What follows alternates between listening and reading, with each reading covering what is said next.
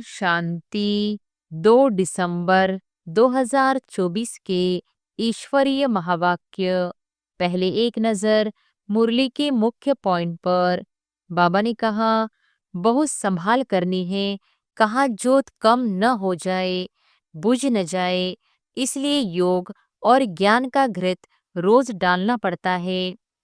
तुम्हारा भी एक दिन वह समय आने वाला है जो रात को भी फुर्सत नहीं मिलेगी।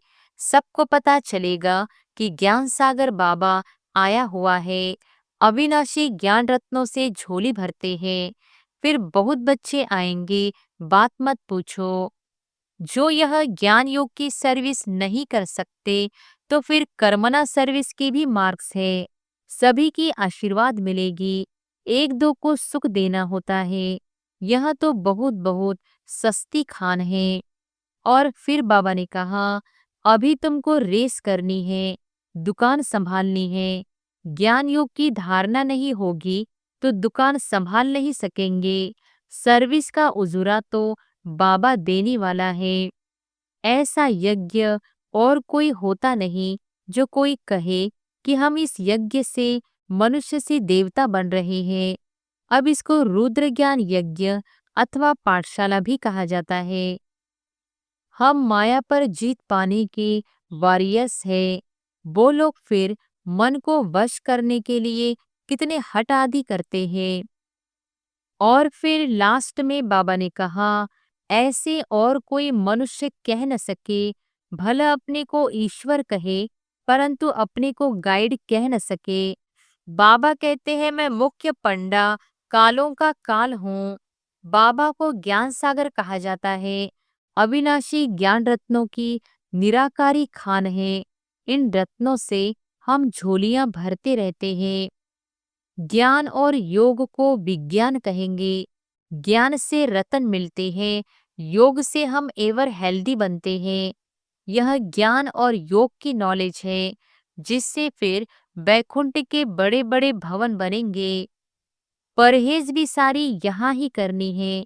सतोप्रधान बनते हैं तो सभी सात्विक होने चाहिए। चलन सात्विक, बोलना सात्विक। यह है अपने साथ बातें करना, साथी से प्यार से बोलना है।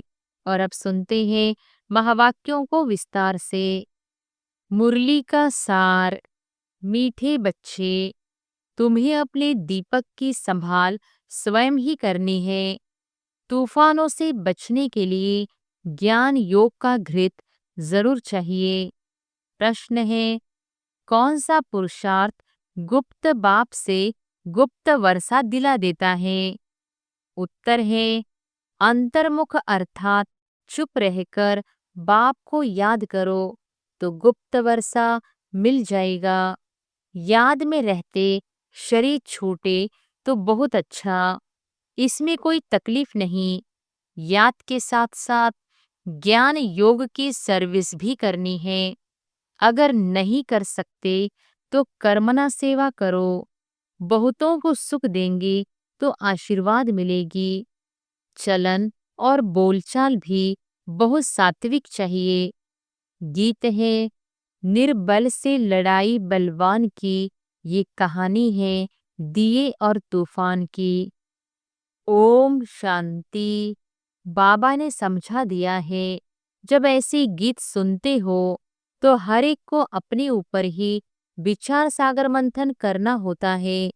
यह तो बच्चे जानते हैं। मनुष्य मरते हैं तो 12 रोज दिवा जगाते हैं। तुम फिर मरने के लिए तैयारी कर रहे हो और अपनी जोत पुरुषार्थ कर आप पे ही जगा रहे हो। पुरुषार्थ भी माला में आने वाले ही करते हैं। प्रजा इस माला में नहीं आती। पुरुषार्थ करना चाहिए, हम विजय माला में पहले जाए।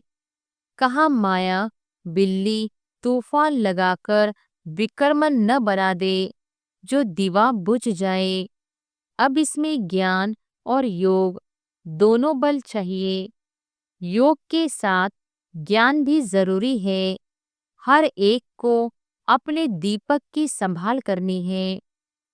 अंत तक पुरुषार्थ चलना ही है। रेस चलती रहती है तो बहुत संभाल करनी है कहाँ जोत कम न हो जाए, बुझ न जाए। इसलिए योग और ज्ञान का घृत रोज डालना पड़ता है। योग बल की ताकत नहीं है तो दौड़ नहीं सकते हैं, पिछाड़ी में रह जाते हैं। स्कूल में सब्जेक्ट होती है, देखते हैं हम इस सब्जेक्ट में तीखे नहीं हैं तो हिसाब में जोर लगाते हैं। यहाँ भी ऐसे है। स्कूल सर्विस की सब्जेक्ट भी बहुत अच्छी है, बहुतों की आशीर्वाद मिलती है।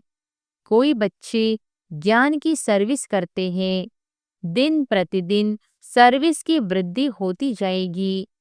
एक धनी के 6-8 दुकान भी होते हैं, सभी एक जैसे नहीं चलते। कोई में कम ग्राहकी, कोई में जास्ती होती है। तुम्हारा भी एक दिन वह समय आने वाला है जो रात को भी फुर्सत नहीं मिलेगी। सबको पता चलेगा कि ज्ञान सागर बाबा आया हुआ है। अविनाशी ज्ञान रत्नों से झोली भरते हैं।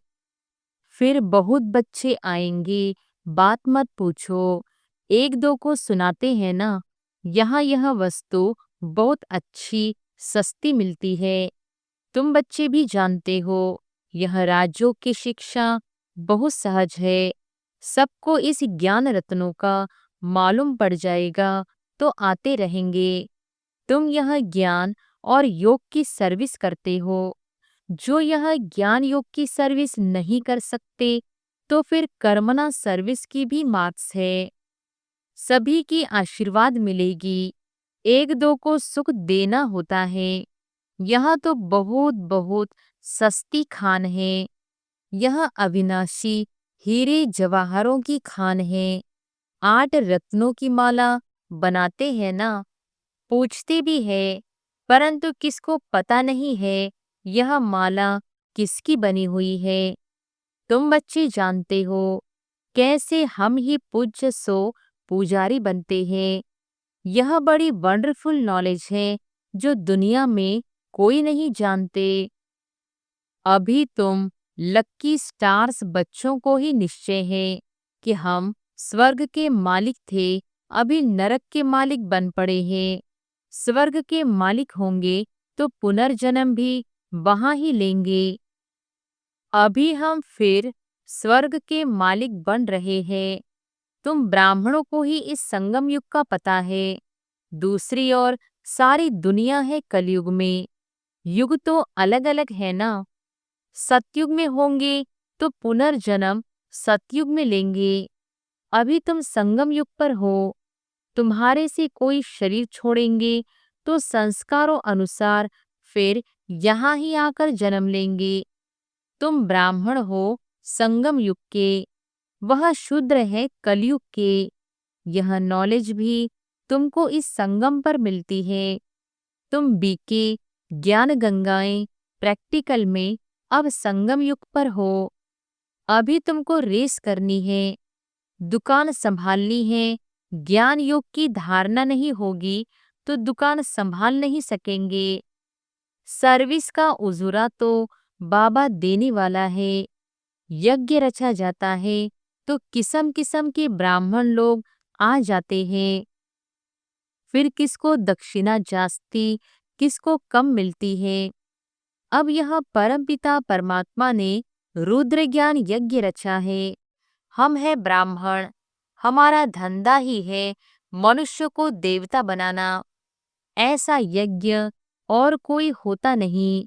जो कोई कहे कि हम इस यज्ञ से मनुष्य से देवता बन रहे हैं, अब इसको रुद्र ज्ञान यज्ञ अथवा पाठशाला भी कहा जाता है। ज्ञान और योग से हर एक बच्चा देवी देवता पद पा सकता है। बाबा राय भी देते हैं, तुम परमधाम से बाबा के साथ आए हो। तुम कहेंगे हम परमधाम निवासी हैं। इस समय बाबा की मत से हम स्वर्ग की स्थापना कर रहे हैं। जो स्थापना करेंगे वही जरूर मालिक बनेंगे। तुम जानते हो इस दुनिया में हम मोस्ट लकीएस्ट ज्ञान सूर्य, ज्ञान चंद्रमा, और ज्ञान सितारे हैं। बनाने वाला है ज्ञान सागर।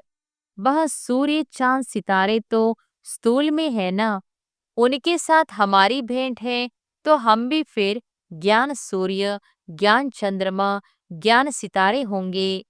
हमको ऐसा बनाने वाला है ज्ञान का सागर। नाम तो पढ़ेंगे ना। ज्ञान सूर्य अथवा ज्ञान सागर के हम बच्चे हैं। वह तो यहाँ के रहवासी नहीं है। बाबा कहते हैं, मैं आता हूँ तुमको आप समान बनाता हूँ। ज्ञान सूर्य, ज्ञान सितारे, तुमको यहाँ बनना है। तुम जानते हो, बरोबर हम भविष्य में फिर यहाँ ही स्वर्ग के मालिक बनेंगे। सारा मदार पुरुषार्थ पर है। हम माया पर जीत पाने के वॉरियर्स है। वो लोग फिर मन को वश करने के लिए कितने हठ आदि करते हैं। तुम तो हठयोग आदि कर न सको। बाबा कहते हैं, तुमको कोई तकलीफ आदि नहीं करनी है। सिर्फ कहता हूँ, तुमको मेरे पास आना है, इसलिए मुझे याद करो। मैं तुम बच्चों को लेने आया हूँ। ऐसे और कोई मनुष्य कह न सके। भला अपने को ईश्वर कहे, परंतु अपने को गाइड कह न सके। बाबा कहते हैं, मैं मुख्य पंडा कालों का काल हूँ। एक सत्यवान सावित्री की कहानी है ना, उनका जिस्मानी लव होने के कारण दुखी होती थी। तुम तो खुश होते हो। मैं तुम्हारी आत्मा को ले जाऊंगा। तुम कभी दुखी नहीं होंगे। जानते हो, हमारा बाबा आया है स्वीट होम में ले जाने लिए, जिसको मुक्ति धाम, निर्वाण धाम कहा जाता है। कहते हैं, मैं सभी कालों का काल हूँ। वह तो एक आत्मा को ले जाते हैं। मैं तो कितना बड़ा काल हूँ। 5000 वर्ष पहले भी मैं गाइड बन सभी को ले गया था। साजन सजनियों को वापस ले जाते हैं तो उनको याद करना पड़े। तुम जानते हो, अभी हम पढ़ रहे हैं, फिर यहाँ आएंगे। पहले स्वीट होम जाएंगे, फिर नीचे आएंगे। तुम बच्चे स्वर्ग के सितारे ठहरे, आगे नरक के थे। सितारे बच्चों को कहा जाता है। लक्की सितारे नंबरवार पुरुषार्थ अनुसार है। तुमको दादी की मिल्कियत मिलती है। खान बड़ी जबरदस्त है, और यह खान एक ही बार निकलती है। वह खानियां तो बहुत है ना, निकलती रहती है। कोई बैठ ढूंढे तो बहुत है। यह तो एक ही बार एक ही खान मिलती है, अविनाशी ज्ञान रत्नों की। वह किताब तो बहुत है, परंतु उनको रतन नहीं कहेंगे। बाबा को ज्ञान सागर कहा जाता है। अविनाशी ज्ञान रत्नों की निराकारी खान है। इन रत्नों से हम झोलियां भरते रहते हैं। तुम बच्चों को खुशी होनी चाहिए। हर एक को फकुर भी होता है। दुकान पर धंधा जास्ती होता है तो नामाचार भी होता है। यहाँ प्रजा भी बना रहे हैं तो वारिस भी बना रहे हैं। यहाँ से रत्नों की झोली भरकर फिर जाए दान देना है। परमपिता परमात्मा ही ज्ञान सागर है, जो ज्ञान रत्नों से झोली भरते हैं। बाकी वह समुद्र नहीं है जो दिखाते हैं रत्नों की थाली भरकर देवताओं को देते हैं। उस सागर से रतन नहीं मिलते। यह ज्ञान रत्नों की बात है। ड्रामा अनुसार फिर तुमको रत्नों की खानियां भी मिलती हैं। वहां ढेर हीरे जवाहर होंगे, जिससे फिर भक्ति मार्ग में मंदिर आदि बनाएंगे। अर्थक्वेक आदि होने से सब अंदर चले जाते हैं। वहां महल आदि तो बहुत बनते हैं, एक नहीं। यहाँ भी राजाओं की कंपटीशन होती है बहुत। तुम बच्चे जानते हो, हूबहू कल्प पहले जैसा मकान बनाया था वैसा फिर बनाएंगे। वहां तो बहुत सहज मकान आदि बनते होंगे। साइंस बहुत काम देती है, परंतु वहां साइंस अक्षर नहीं होगा। साइंस को हिंदी में विज्ञान कहते हैं। आजकल तो विज्ञान भवन भी नाम रख दिया है। विज्ञान अक्षर ज्ञान के साथ भी लगता है। ज्ञान और योग को विज्ञान कहेंगे। ज्ञान से रतन मिलते हैं, योग से हम एवर हेल्दी बनते हैं। यह ज्ञान और योग की नॉलेज है, जिससे फिर बैकुंठ के बड़े बड़े भवन बनेंगे। हम अभी इस सारी नॉलेज को जानते हैं। तुम जानते हो, हम भारत को स्वर्ग बना रहे हैं। तुम्हारा इस देह से कोई ममत्व नहीं है। हम आत्मा इस शरीर को छोड़ स्वर्ग में जाकर नया शरीर लेंगे। वहां भी समझते हैं, एक पुराना शरीर छोड़ जाए नया लेंगे। वहां कोई दुख व शोक नहीं होता। नया शरीर ले तो अच्छा ही है। हमको बाबा ऐसा बना रहे हैं जैसे कल्प पहले भी बने थे। हम मनुष्य से देवता बन रहे हैं। बरोबर कल्प पहले भी अनेक धर्म थे। गीता में कोई यह नहीं है। गाया जाता है, आदि सनातन देवी देवता धर्म की स्थापना ब्रह्मा द्वारा। अनेक धर्मों का विनाश कैसे होता है, सो तुम समझा सकते हो। अब स्थापना हो रही है। बाबा आए ही तब थे जब देवी देवता धर्म लोप हो गया था। फिर परंपरा कैसे चला होगा? यह बहुत सहज बातें हैं। विनाश किसका हुआ? अनेक धर्मों का। तो अभी अनेक धर्म है ना। इस समय अंत है। सारा ज्ञान बुद्धि में रहना चाहिए। ऐसे तो नहीं, शिव बाबा ही समझाते हैं। क्या यह बाबा कुछ नहीं बतलाते? इनका भी पाठ है। श्रीमद् ब्रह्मा की भी गाई हुई है। श्री कृष्ण के लिए तो श्रीमत कहते नहीं। वहां तो सब श्री है, उन्हों को मत की दरकार ही नहीं।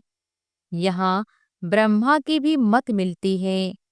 वहां तो यथा राजा रानी तथा प्रजा सभी की श्रेष्ठ मत है। जरूर किसने दी होगी। देवताएं हैं श्रीमत वाले। श्रीमत से ही स्वर्ग बनता है। आसुरी मत से नरक बना है। श्रीमत है शिव की। यह सब बातें सहज समझने की है। शिव बाबा की यह सब दुकान है। हम बच्चे चलाने वाले हैं। जो अच्छा दुकान चलाते हैं, उनका नाम होता है। हूबहू जैसे दुकानदारी में होता है, परंतु यह व्यापार कोई बिरला करे। व्यापार तो सभी को करना है। छोटे बच्चे भी ज्ञान और योग का व्यापार कर सकते हैं। शांति धाम और सुख धाम, बस बुद्धि में उनको याद करना है। वो लोग राम राम कहते हैं। यहाँ चुप होकर याद करना है। बोलना कुछ नहीं है। शिवपुरी विष्णुपुरी बहुत सहज बात है। स्वीट होम स्वीट राजधानी याद है। वह देते हैं स्थूल मंत्र। यह है सूक्ष्म मंत्र, अति सूक्ष्म याद है। सिर्फ इसे याद करने से हम स्वर्ग के मालिक बन जाते हैं। जपना कुछ भी नहीं है, सिर्फ याद करना है। आवाज कुछ नहीं करना पड़ता। गुप्त बाबा से गुप्त वर्षा, चुप रहने से, अंतर्मुख होने से हम पाते हैं। इसी ही याद में रहते शरीर छूट जाए तो बहुत अच्छा है। कोई तकलीफ नहीं। जिनको याद नहीं ठहरती, वह अपना अभ्यास करे। सभी को कहो, बाबा ने कहा है, मुझे याद करो तो अंत मति सो गति। याद से विकर्म विनाश होंगे और मैं स्वर्ग में भेज दूंगा। बुद्धि योग शिव बाबा से लगाना बहुत सहज है। परहेज भी सारी यहाँ ही करनी है।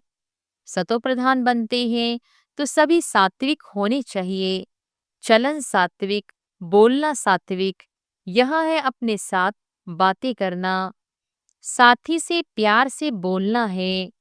गीत में भी है ना, पीयू पीयू बोल सदा अनमोल। तुम हो रूप बसंत, आत्मा रूप बनती है। ज्ञान का सागर बाप है, तो जरूर आकर ज्ञान ही सुनाएंगे। कहते हैं मैं एक ही बार आकर शरीर धारण करता हूँ, यह कम जादूगरी नहीं है। बाबा भी रूप बसंत है, परंतु निराकार तो बोल नहीं सकता, इसलिए शरीर लिया है। परंतु वह पुनर्जन्म में नहीं आता है। आत्माएं तो पुनर्जन्म में आती हैं। तुम बच्चे बाबा के ऊपर बलिहार जाते हो, तो बाबा कहते हैं फिर ममत्व नहीं रखना, अपना कुछ नहीं समझना। ममत्व मिटाने के लिए ही बाबा युक्ति रचते हैं। कदम कदम पर बाप से पूछना पड़ता है।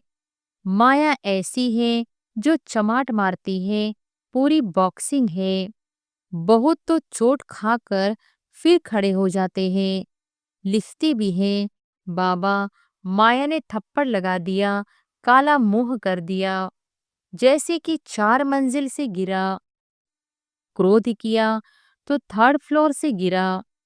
यह बहुत समझने की बातें हैं। अब देखो, बच्चे टेप के लिए भी मांग करते रहते हैं। बाबा टेप भेज दो, हम एक्यूरेट मुरली सुने। यह भी प्रबंध हो रहा है। बहुत सुनेंगे तो बहुतों के कपाट खुलेंगे, बहुतों का कल्याण होगा। मनुष्य कॉलेज खोलते हैं तो उनको दूसरे जन्म में विद्या जास्ती मिलती है। बाबा भी कहते हैं टेप मशीन खरीद करो तो बहुतों का कल्याण हो जाएगा। अच्छा, मीठे मीठे सिकिलधे बच्चों प्रति मात पिता बाप दादा का याद प्यार और गुड मॉर्निंग। रूहानी बाप की रूहानी बच्चों को नमस्ते। धारणा के लिए मुख्य सार। पहली पॉइंट, सतोप्रधान बनने के लिए बहुत बहुत परहेज से चलना है। अपना खान पान बोलचाल सब सात्विक रखना है। बाप समान रूप बसंत बनना है। दूसरी पॉइंट, अविनाशी ज्ञान रत्नों की निराकारी खान से अपनी झोली भरकर अपार खुशी में रहना है और दूसरों को भी इन रत्नों का दान देना है। वरदान है, नष्टो मोहा बन दुख अशांति के नाम निशान को समाप्त करने वाले स्मृति स्वरूप भव। नष्टो मोहा बन दुख अशांति के नाम निशान को समाप्त करने वाले स्मृति स्वरूप भव। जो सदा एक की स्मृति में रहते हैं, उनकी स्थिति एकरस हो जाती है। एकरस स्थिति का अर्थ है एक द्वारा सर्व संबंध सर्व प्राप्तियों के रस का अनुभव करना। जो बाप को सर्व संबंध से अपना बनाकर स्मृति स्वरूप रहते हैं, वह सहज ही नष्टो मोहा बन जाते हैं। जो नष्टो मोहा है, उन्हें कभी कमाने में, धन संभालने में, किसी के बीमार होने में दुख की लहर नहीं आ सकती। नष्टो मोहा अर्थात दुख अशांति का नाम निशान न हो, सदा बेफिक्र। स्लोगन है, क्षमाशील वह है जो रहमदिल बन सर्व को दुआएं देते रहे। क्षमाशील वह है जो रहमदिल बन सर्व को दुआएं देते रहे। अच्छा, ओम शांति।